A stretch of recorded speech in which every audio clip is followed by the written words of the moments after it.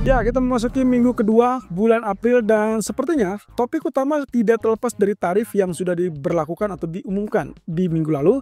Tapi yang sekedar pengingat untuk teman-teman bahwasanya sejak 5 April kemarin tarif dasar 10% terhadap semua barang terhadap semua negara sudah resmi berlaku. Ya, bisa dibilang tidak ada negosiasi di situ, tapi yang paling diutamakan untuk saat ini adalah tarif resiprokal yang kelihatannya masih berseliweran informasi apakah ini akan menjadi penundaan kembali atau memang langsung diberlakukan di 9 April. Tapi sebetulnya dampak ataupun bahkan respon atau bahkan kita kategorikan dengan potensi penggerak market untuk minggu ini kelihatannya ada beberapa hal yang juga perlu menjadikan catatan selain tentunya tarif resiprokal tersebut. Apa saja itu? Ini dia ulasannya. Ya, di hari Jumat kemarin kita sudah dapatkan rilis data non-farm payroll yang secara mengejutkan ternyata angkanya 228K. Lagi-lagi teman-teman, ini persis dengan apa yang kita duga. Ada kecurigaan bahwa data tersebut akan tembus di atas 200.000 lagi, walaupun bulan sebelumnya sempat turun ke level 130 atau 150 yang terkenal juga sempat mengalami koreksi ataupun revisi ke 117.000. Oke, catatannya begini teman-teman. Kalau diperhatikan dari data non-farm payroll kemarin, jelas datanya mengejutkan dan itu dianggapnya solid atau relatif lebih kuat, tapi yang tidak kalah menarik adalah unemployment rate atau tingkat pengangguran yang justru naik ke 4,2%. Dan beberapa ekonom ataupun beberapa analis justru melihatnya sepertinya ada ketidaksinkronan atau disconnection antara data dan juga fakta di lapangan. Nah, kita tidak tahu mana yang sebetulnya yang terjadi. Apakah itu kaitannya dengan data non-farm payroll atau kaitannya dengan data tingkat pengangguran.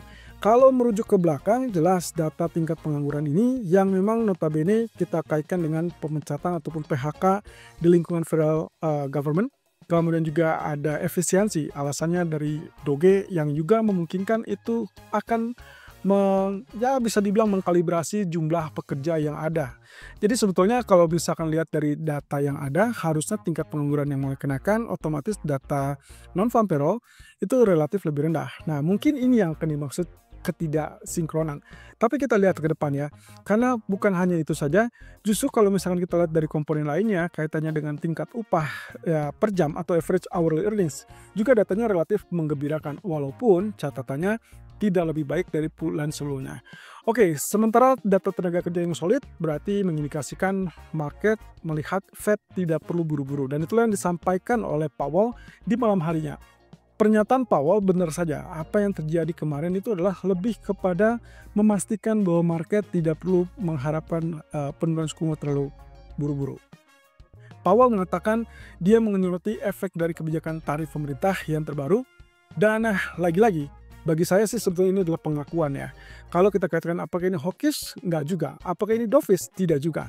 Ya, jadi dia berada di titik tengah di mana kita bisa artikan mungkin less hawkish, less dovish atau bahkan mungkin netral ya. Nah, masalahnya netral ini bukan berarti tidak akan bertindak ataupun tidak terbuka untuk sesuatu hal yang baru.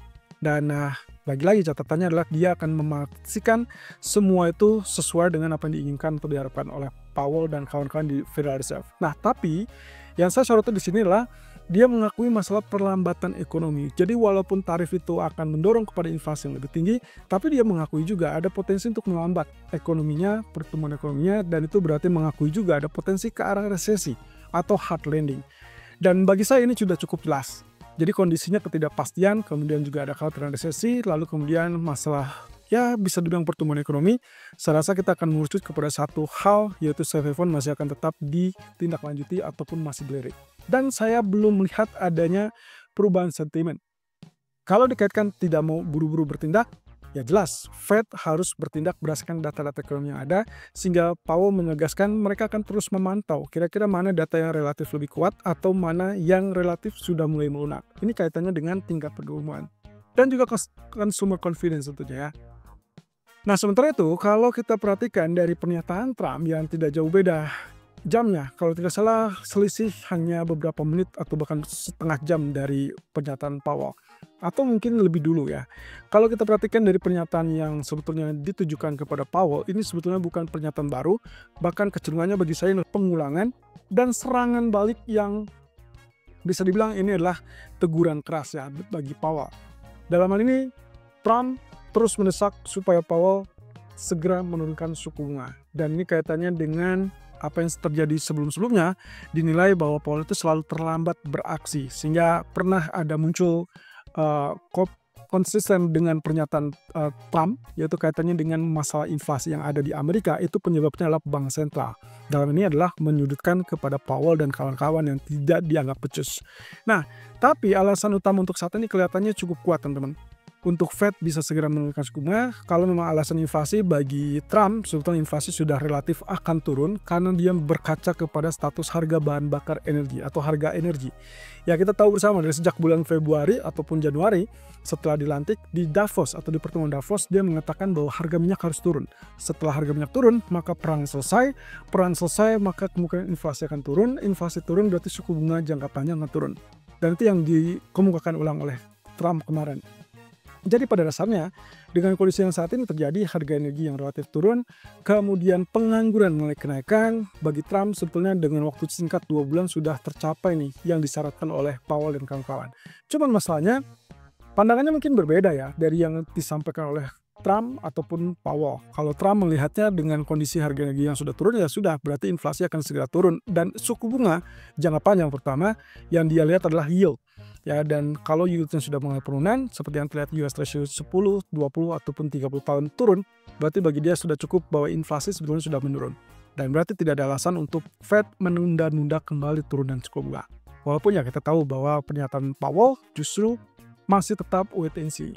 Nah, sebetulnya kalau misalnya kita perhatikan lebih lanjut adalah respon yang mungkin terjadi belakangan ini. Pasar saham sudah anjlok, sudah turun drastis, tapi ya kata atau kalimat Trump yang lebih spesifik begitu ditanya oleh reporter ataupun wartawan, mengatakan kadang-kadang kita harus minum obat. Artinya dia melihat bahwa kondisi dari pasar yang mengalami penurunan sebenarnya dikategorikan masih relatif normal.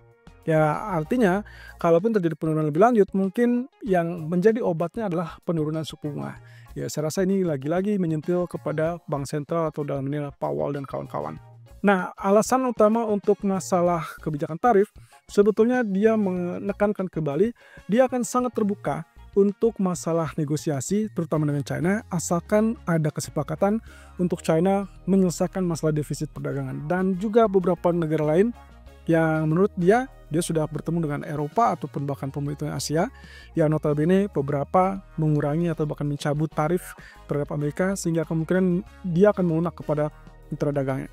Nah, cuman catatannya adalah kalau memang terjadi kesepakatan seperti itu, oke, tapi kalau tidak sepakat, ini maka akan terus berlanjut sampai ke diberlakukannya 9 April.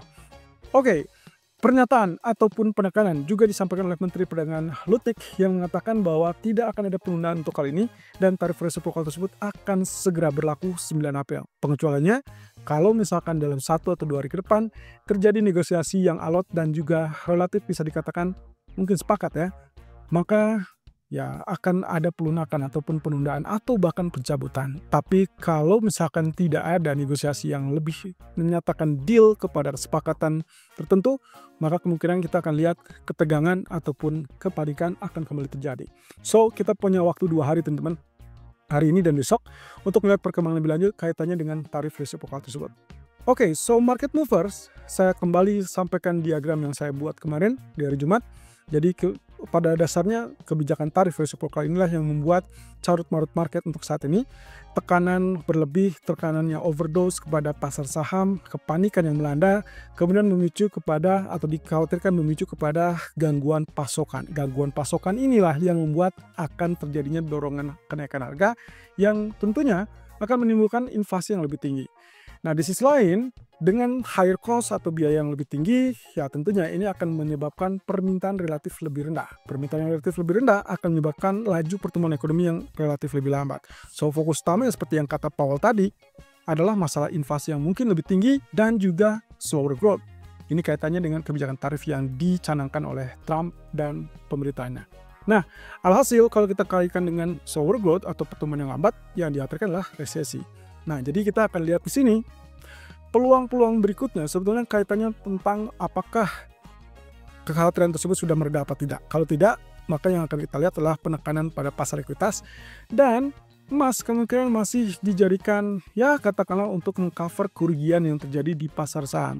Tapi setelah nantinya pasar saham itu reda atau relatif lebih stabil, maka kemungkinan kita akan lihat rebound pada pasar emas. Kira-kira kapan ya? Mungkin kita akan lihat nanti di live streaming sore nanti. Oke, berarti untuk fokus minggu ini, saya akan cantumkan 4 kriteria ataupun 4 poin utama. Yang pertama tentunya tentang negosiasi, kita akan perlu melihat lebih lanjut apakah ini akan menjadikan kebijakan tarif resipropal yang harusnya 9 April diberlakukan itu ditunda ataupun mungkin tetap berlanjut. Kemudian data ekonomi, kita akan lihat data inflasi dari Cina dan Amerika, dan itu semua di tanggal 10 April, termasuk juga FOMC minutes. Lagi-lagi saya tekankan di sini teman-teman, walaupun muncul namanya FOMC minutes, it doesn't think kita akan melihat ini akan menekan ataupun menjadikan faktor penggerak utama. Kenapa? Karena minutes alias ya kita sebutnya ini adalah kesimpulan ataupun resume dari pertemuan yang terakhir. Berarti sebetulnya tidak diharapkan ada perubahan statement ataupun perubahan ya katakanlah kebijakan ya. Karena ini bukan pengumuman suku bunga, melainkan rangkuman dari apa yang terjadi di pertemuan terakhir bulan Maret kemarin. Nah, jadi catatannya saya akan sedikit mengabaikan dengan FOMC minutes kecuali kalau ada perubahan. Kalau tidak ada perubahan artinya semua akan tetap sama.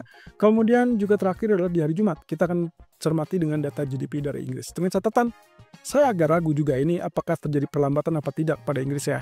Tapi kalau lihat dari beberapa data sebelumnya, maka ada kecenderungan untuk mengarah ke sana. Tapi dengan harga energi yang relatif turun, berarti seharusnya kita artikan bahwa inflasi mungkin juga reda kepada Inggris dan juga Eropa.